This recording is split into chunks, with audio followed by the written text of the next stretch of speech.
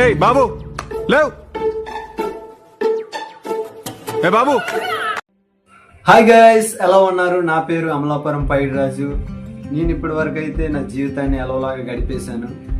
ఇప్పుడైతే నా డ్రీమ్ అనేది ఫుల్ఫిల్ చేసుకోవడానికి ఒక 1 year సిరీస్ అనేది స్టార్ట్ చేస్తున్నాను. ఇందులో నేను స్టార్ట్ చేసే సబ్జెక్ట్ ఏంటంటే ఎస్ఎస్సి